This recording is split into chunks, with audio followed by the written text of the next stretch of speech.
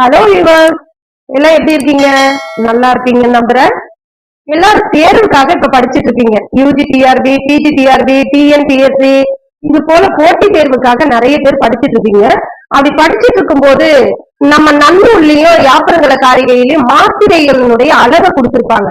எந்த எழுத்துக்களுக்கு என்ன மாத்திரை எவ்வளவுன்னு எவ்வளவு படிச்சாலும் குழம்புதா? நிச்சயம் இன்னைக்கு குழம்பாதீங்க. நம்ம காணொலியை முழுவதுமாக பாருங்க. ஒரு எளிமையான அருமையான நான் வழியை சொல்லி இருக்கிறேன். மறக்காம இதை முழுவதும் ஸ்கிப் பண்ணாம பாருங்க. மாத்திரை என்றால் கண்ணிமை பொழுதும் கை நொடி பொழுதும் மாத்திரை என்பது உங்களுக்கே தெரியும்.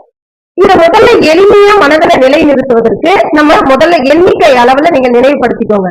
மாத்திரையின் எண்ணிக்கை அளவு எப்படி இருக்கு?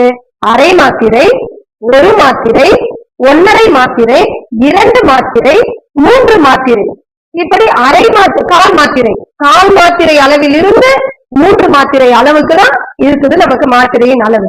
இதுல எதெல்லாம் கால் மாத்திரை அளவு பெறும், எது அரை மாத்திரை அளவு பெறும், எது ஒரு மாத்திரை, எது 1.5 மாத்திரை, எது 2, எது 3 என்று இந்த ஆர்டர்ல நம்ம வரிசைப்படுத்தி வச்சுக்கிட்டோம்னா நிச்சயம் நமக்கு மறக்காது. இப்ப நம்ம ஒவ்வொரு முறைப்படி பார்த்துடலாம் வாங்க. முதல்ல கால் மாத்திரை அளவு பெறுவது எது எது நான் இங்க எழுதியிருக்க பாருங்க. மகர குறுக்கமும் ஆயுத குறுக்கமும் கால் மாத்திரை பெறுங்க. கால் மாத்திரை தான் அதுக்கு மகர குறுக்கம், ஆயுத குறுக்கம். ரெண்டாவது அரை மாத்திரை எது எதுக்கெல்லாம்? மெய்யெழுத்து, ஆயுத எழுத்து, குற்றிய லிகரம், குற்றிய லுகரம், இந்த 4க்கும் அரை மாத்திரை அளவு பெறும். அடுத்து என்ன? ஒரு மாத்திரை அளவு. ஒரு மாத்திரை எதுக்கு? குறில் எழுத்துக்கு, அது நல்லாவே தெரியும். 1.5 மாத்திரை அளவு எதுக்கு? ஐகார குறுக்கத்துக்கு. ஏன்னா அதுக்குரிய மாத்திரை தனித்து நின்றால் 2, அப்ப குறுக்கம் போது குறுகி ஒழிக்கும் போது அதுக்கு 1.5 மாத்திரை. அடுத்தது 2 மாத்திரை. எதுக்கு 2 மாத்திரை? நெட்டெழுத்துக்கு 2 மாத்திரை. 3 எதுக்கு வரும்? உயிரளபடைக்கு தாங்க 3 வரும். ஏன்னா அந்த உயிரெழுத்து அளபடைனாலே நெட்டெழுத்துக்கு பக்கத்துல அளவெழுப்போம். அப்ப நெடிலுக்கு 2, பக்கத்துல ஒரு குறியில் வந்திருக்கும், அதுக்கு 1, 2 + 1 3, அப்ப உயிரளபடைக்கு 3.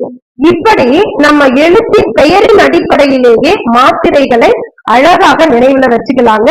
கண்டிப்பா நிச்சயமா போட்டி தேர்வு எழுதக்கூடிய மாணவர்களுக்கும் சரி, தமிழ் படிக்கின்ற மாணவர்களுக்கும் சரி, இந்த எழுத்துக்களுக்குரிய மாத்திரை எப்படி எளிமையாக நினைவில் வைத்துக் கொள்வது என்பது உங்களுக்கு இந்த காணொலியை பார்த்தா நிச்சயம் பயனுள்ளதாக இருக்கும்னு நம்புறேன்.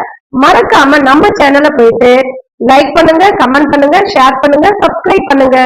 மீண்டும் அடுத்த ஒரு நல்ல காணொலியோடு உங்களை சந்திக்கிறேன். நன்றி.